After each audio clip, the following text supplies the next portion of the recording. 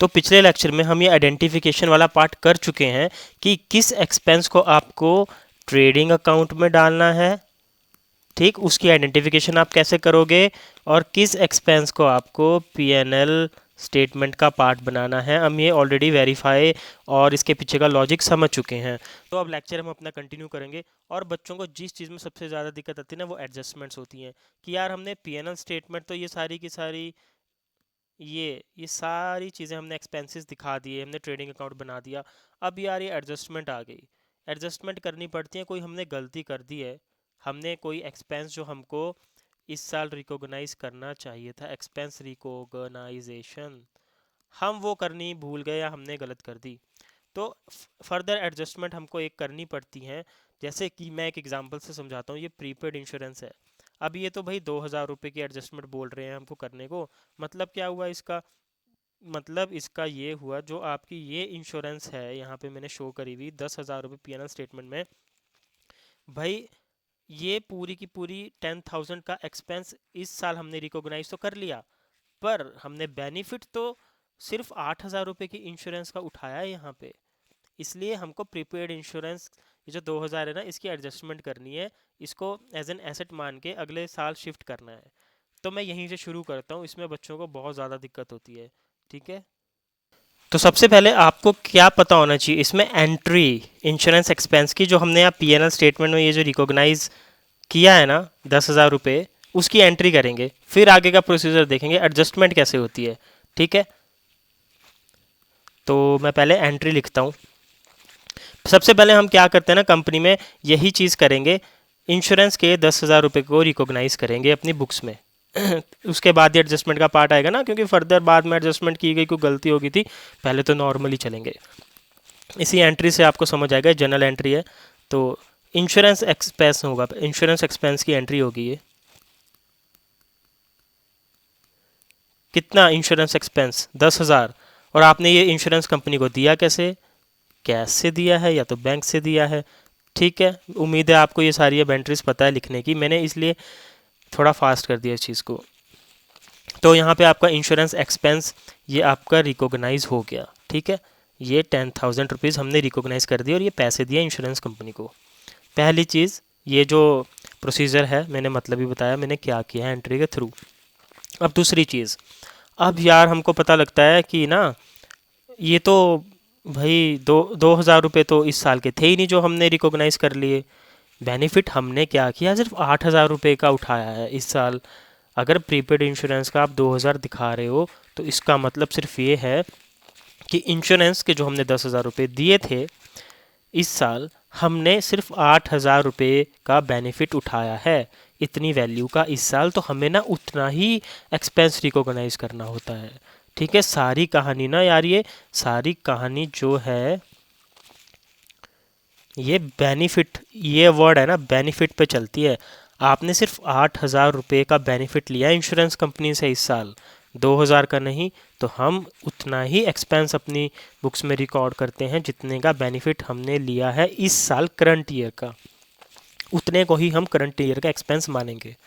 तो अब तो हमने 10,000 का मान लिया इंश्योरेंस एक्सपेंस, अब हमको क्या करना पड़ेगा, इसकी ना रिवर्स एंट्री पास करनी पड़ेगी 2,000 से, है ना। ये डेबिट साइड है, क्योंकि ये डेबिट साइड है, अब क्रेडिट साइड इसका उल्टा होगा। तो आप क्या करोगे, टू इंश्योरेंस एक्सपेंस करोगे, कितने से, 2,000 से।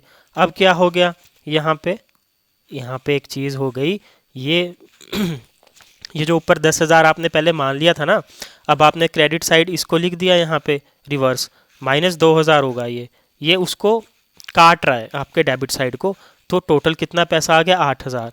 अब इसका मतलब क्या है, हमको बुक्स में सिर्फ 8,000 रिकॉग्नाइज करने चाहिए थे ना इस साल का बेनिफिट, जैसे मैंने आपको कहा हमने 8,000 का बेनिफिट उठाया है इंश्योरेंस का अपनी, तो ये ऑटोमेटिकली 8,000 आ जाता है जब हम ऐसी चीज़ें करते हैं, ठीक। इसलिए मैंने रिवर्स एंट्री यहाँ पे पास करी, ये मैंने आपको ये चीज़ बता दी, और ये क्रेडिट साइड भी हो गया, आपको पता है 2 लिखता है तो क्रेडिट साइड।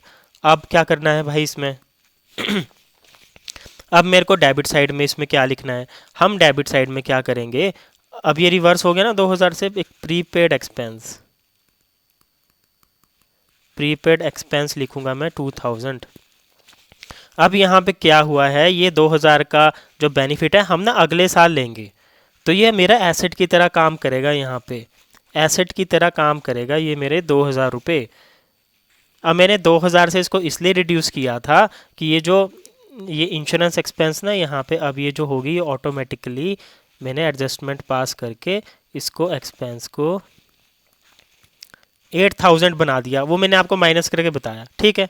अब इंश्योरेंस के आपने पैसे 10,000 रुपये दिए हैं, पर इस साल का एक्सपेंस तो बेनिफिट तो हमने सिर्फ 8000, अब ये रिवर्स एंट्री पास करके 2000 की इतना बुक्स में अपना बना लिया, ठीक है। अब 2000 रुपये क्या भाई, वो एक फ्यूचर एसेट की तरह काम करेंगे ना ये जो 2000 रुपये है, इसलिए प्रीपेड एक्सपेंस मैंने ऊपर लिखा कि ये जो मेरा एसेट की तरह काम करेगा 2000 और ये बैलेंस शीट में जाएगा।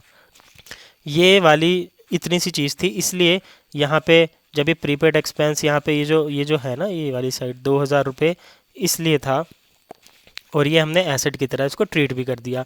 और बुक्स में आपका ये हमने ये पीएनएल स्टेटमेंट का है, ठीक है, ये जो पीएनएल स्टेटमेंट का है ये 8000 रुपये यहाँ पे आ गया। अब ये यहाँ पे 8000 रुपये आ गया रिवर्स एंट्री पास करके 2000 रुपये की, जो कि आपका एसेट था, ठीक है, रिड्यूस हो गया यहाँ पे। अब एक और लाइन में आपको बता देता हूँ, हम सिर्फ वही वैल्यू रिकॉग्नाइज करते हैं जो कि करंट ईयर का एक्सपेंस होता है, या तो हमने उतनी वैल्यू का बेनिफिट लिया हो या तो उतनी वैल्यू का बेनिफिट दिया हो। तो यहाँ पे जो ये अब आपके 10,000 रुपये थे ना, इसको मैं बुक्स में पता कैसे दिखाऊंगा, ये देखो यहाँ पे, ये देखो ये चीज़ देखना, देखो 8000 रुपये लिखी है ना पीएनएल स्टेटमेंट में, 8000 रुपये यही था। नहीं तो हमने क्या कर दिया था, ये टू इंश्योरेंस 10,000 था, ठीक है ये यहाँ पे। अब ये 8000 रुपये हो गया ना रिवर्स एंट्री पास करके 2000 रुपीज़ की, जो मैंने आपको बताई। मेन एक तो ये था जहाँ पे बच्चों को दिक्कत आती है, ये तो हो गया आपको, उम्मीद है आपको समझ आ गया होगा, मैंने ज़्यादा कॉम्प्लिकेटेड नहीं की होंगी चीज़ें। और मैं ये एंट्री ना डिटेल में भी बताई है एक लेक्चर में, तो मैं उसका लिंक डाल दूंगा ऊपर, आप देख भी सकते हो। प्रीपेड इंश्योरेंस का एक एग्जांपल भी कवर किया है और एडवांस रेंट का भी एग्जांपल कवर किया है अपनी 2 वीडियोस में। और हम अब ऊपर वाले पे चलते हैं, ये क्लोजिंग स्टॉक। आपको पता है क्लोजिंग स्टॉक अगर ये भूल गए हम दिखाना, तो ये तो ट्रेडिंग अकाउंट का पार्ट है। क्लोजिंग स्टॉक ट्रेडिंग अकाउंट का पार्ट है ये, तो हमारी शीट में कैसे दिखेगा, ये देखो बाय क्लोजिंग स्टॉक, ये मैंने यहाँ पे एडजस्ट कर दिया, और ये ट्रेडिंग अकाउंट का ही पार्ट है, यहीं पे आता है। जैसे ये ओपनिंग स्टॉक मैंने आपको पिछले लेक्चर में बताया ट्रेडिंग अकाउंट का पार्ट है। नेट परचेजेस में एक बार फिर से बता देता हूँ कि आपने जो परचेज़ किया है रॉ मटेरियल और कुछ माल आपको जो बेकार लगा, ख़राब था, वो आपने रिटर्न कर दिया है, ठीक है। ये 1 लाख का माल आपने परचेज़ किया और 30,000 का माल आपने रिटर्न कर दिया, तो अब नेट आ गया ये 70,000। ये 70,000 ही है आपका नेट परचेज़। तो ये मैं सब कवर कर चुका था, ये मैंने वही दिखाया, कैरेज इनवर्ड पता है आपको, वेजेस पता है, ठीक। और ये सेल्स का पार्ट हो गया हमारा, और बाइस ये सेल्स रिटर्न, कुछ माल आपको वापस भी भेज दिया सामने वाली पार्टी ने, ठीक है। तो टोटल फैक्ट जो इसका अब यहाँ आ गया ना, ये टोटल ये नेट सेल्स आ गया आपका। हम इसी को लेंगे, ये नेट सेल यहाँ पे जैसे यहाँ नेट परचेज लिया था, ये दोनों का कंबाइंड, इसको आप कैंसिल कर दो, ये बस कैलकुलेशन के लिए था। मेन अमाउंट आपका यही है, ये जो आपको दिखाया है ना ये वाला। और जो भी इसमें फिर क्या हुआ, इसमें आपका ग्रॉस प्रॉफिट आया है, ये लेफ़्ट साइड सारा का सारा, तो ये बैलेंस फिगर है आपका, ठीक है। तो इतने का आपको ग्रॉस प्रॉफिट, ये ट्रेडिंग अकाउंट का मैं थोड़ा बता दिया आपको फिर से। तो हम अगले उसमें अब चलते हैं। क्लोजिंग स्टॉक हो गया आपका। आउटस्टैंडिंग सैलरी, ये जो आउटस्टैंडिंग सैलरी है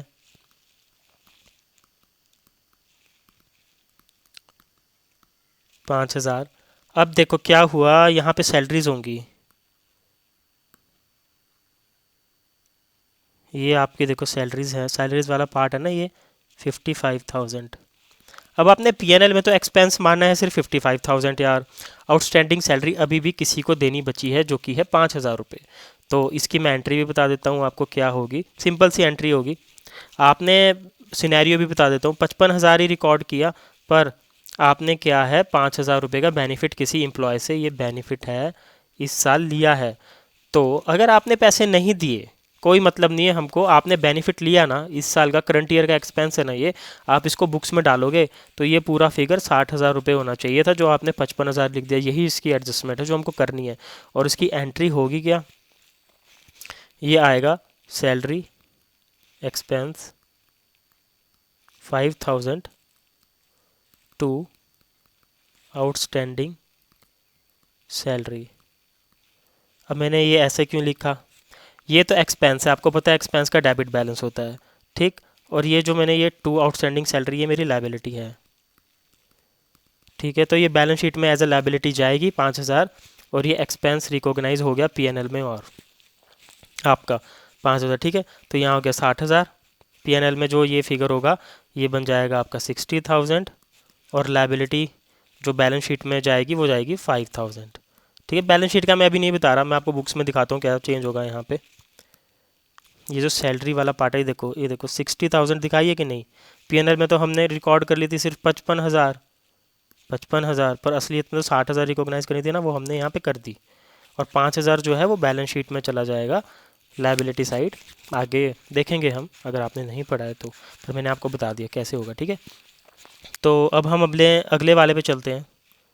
अगले वाला कौन सा है हमारा, आउटस्टैंडिंग सैलरी होगी, प्रीपेड इंश्योरेंस होगी, और डेप्रिसिएशन फर्नीचर पे लगी है 10%।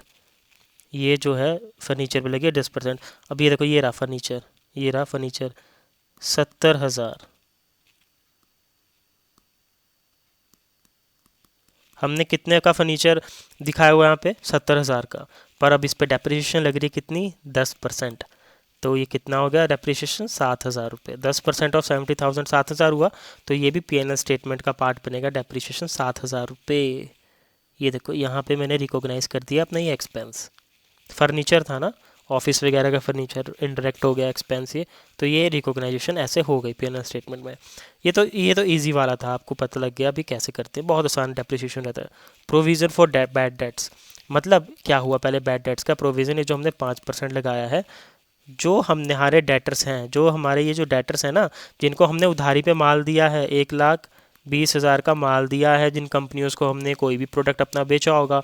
अब हम मान के ये चलते हैं यार, इसमें से ना 5% जो है ना, ये पैसा हमको आना ही नहीं है, ये मारा जाएगा, हमको वापस देने ही नहीं वाली पार्टी। तो हम एक प्रोविज़न क्रिएट कर लेते हैं। तो 5% कितना होगा 1,20,000 का, कैलकुलेट कर लो आप।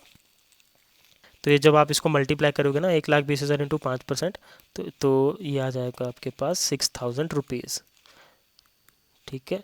तो ये जो हमने प्रोविज़न ये क्रिएट कर दिया 5% ऑन बैड डेट्स का हमेशा बैड डेट्स पे ही आएगा।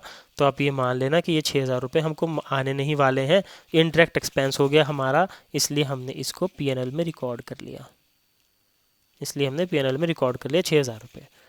सारे की सारी मैंने आपको एडजस्टमेंट बता दी कि क्या क्या होनी थी, ठीक। सैलरी आप लिख देते 55,000 यहाँ पे, पर 60,000 रिकॉग्नाइजेशन होनी थी, तो हमने एडजस्टमेंट पास करके इसको ठीक कर दिया। वैसे ही हमने इंश्योरेंस 10,000 रिकॉग्नाइज कर ली थी, हमको करनी चाहिए थी इस साल के अकॉर्डिंग जितने का हमने बेनिफिट क्लेम किया है, इंश्योरेंस का उठाया है 8,000 रुपये। नहीं तो हम तो क्या कर रहे थे, 10,000 रुपये इंश्योरेंस के डाल रहे थे गलत। ये भी मैंने आपको बता दिया 6,000 रुपये का ये एक्सपेंस माना जाएगा। ये वाला प्रोविज़न फॉर बैड डेट्स नीचे वाला इसके, ये वाला, ठीक। ये भी हो गया हमारा। और इंटरेस्ट ऑन लोन भी आ गया, क्योंकि 1,000 रुपये जो आपकी थी वो लाइबिलिटी थी, ठीक है, आपने पे नहीं किया था। यहाँ पे ये रहा आपका, ये आउटस्टैंडिंग इंटरेस्ट इस साल का बचा था, ठीक है। आपने पैसे दिए ना दिए का मतलब नहीं है, पर आपको इस साल एक्सपेंस वो रिकॉर्ड करना था, इस साल का ही एक्सपेंस था वो। और हमने डेप्रिसिएशन भी यहाँ पे कर ली, ठीक। अब हमने जब सारी चीज़ें यहाँ पे लिख ली हैं, ये सारी की सारी चीज़ें आपकी डेबिट साइड आ गई, ये डेबिट साइड आपकी आ गई, ठीक। अब हम यहाँ से क्या करते हैं, नेट प्रॉफिट निकालते हैं, ठीक। अब एक चीज़ और बताता हूँ, ये जो ग्रॉस प्रॉफिट है ना, क्रेडिट बैलेंस है, यहाँ पे तो सिर्फ ये बैलेंसिंग फिगर है डेबिट साइड। इसका मतलब ये मत मान लेना हमको डेबिट साइड लिखना आके, प्रॉफिट हमेशा क्रेडिट बैलेंस ही है ये, ठीक है। आपका ये जो भी है ना क्रेडिट साइड इसलिए आता है क्योंकि ऑनर्स का क्लेम होता है इस पर, asset is equal to capital plus liability वाला जो सीन है, तो उसके अकॉर्डिंग ये क्रेडिट साइड ही रहेगा इसका बैलेंस ग्रॉस प्रॉफिट का, और हम ये इसलिए क्रेडिट साइड ही लिखेंगे। इसमें ये डेबिट साइड है, इसमें ये क्रेडिट साइड है, सेम इसमें ये डेबिट साइड है, इसमें ये क्रेडिट साइड है। तो ये ग्रॉस प्रॉफिट सबसे पहले हमने लिखना है, ठीक। उसके बाद डिस्काउंट रिसीव्ड एक इंडायरेक्ट इनकम है, इसलिए हमने 8,000 यहाँ शो की। जैसे ही कमीशन रिसीव्ड 12,000 भी इंडायरेक्ट इनकम है, हमने यहाँ शो की। जब हम ये सारा बैलेंस इसको करेंगे ना सिंप्लीफाई, ये यहाँ से यहाँ तक ऐड करना और इसको यहाँ से यहाँ तक ऐड करना, तो क्या हुआ, जो ये वाली साइड थी ना, ये 1,30,000 रुपये ज़्यादा आई, ये ही हमारा है नेट प्रॉफिट कंपनी का। तो ये वाली जब राइट साइड 1,30,000 रुपये ज़्यादा है, इसको बैलेंस करने के लिए ना, इसलिए हमने ये लेफ़्ट साइड लिखा DR साइड नेट प्रॉफिट, ठीक। ये बैलेंसिंग फिगर का काम कर रहा है। नेट प्रॉफिट आपका 1,30,000 रुपये है, इससे आपको पता लग गया। और जब ये बैलेंस शीट में जाएगा तो ये क्रेडिट साइड ही जाएगा, ठीक। ये आपकी बैलेंस शीट होगी क्रेडिट डेबिट, तो यहाँ पे ये नेट प्रॉफिट 1,30,000 रुपये इस साइड जाएगा, ठीक है। तो यही था पूरा का पूरा लेक्चर। उम्मीद है आपको समझ आया होगा, ज़्यादा कॉम्प्लिकेटेड नहीं लगा होगा। अगर कोई डाउट है ना आपका, तो आप मुझसे पूछ सकते हो, और मैं लिंक ज़रूर अटैच कर दूंगा इसमें पुरानी वीडियोस का, जैसे प्रीपेड इंश्योरेंस और एडवांस इनकम, ताकि आपको और डिटेल में समझ आए, ये एडजस्टमेंट में प्रॉब्लम ना हो। बस इतना सा ही था, ये जो एडजस्टमेंट होती हैं बहुत ईजी है अगर कॉन्सेप्चुअली चलोगे तो, ठीक है। मिलते हैं अपने अगले लेक्चर में, थोड़ा एक क्वेश्चन और कर लेंगे, बैलेंस शीट का भी थोड़ा आपको पता लग जाएगा।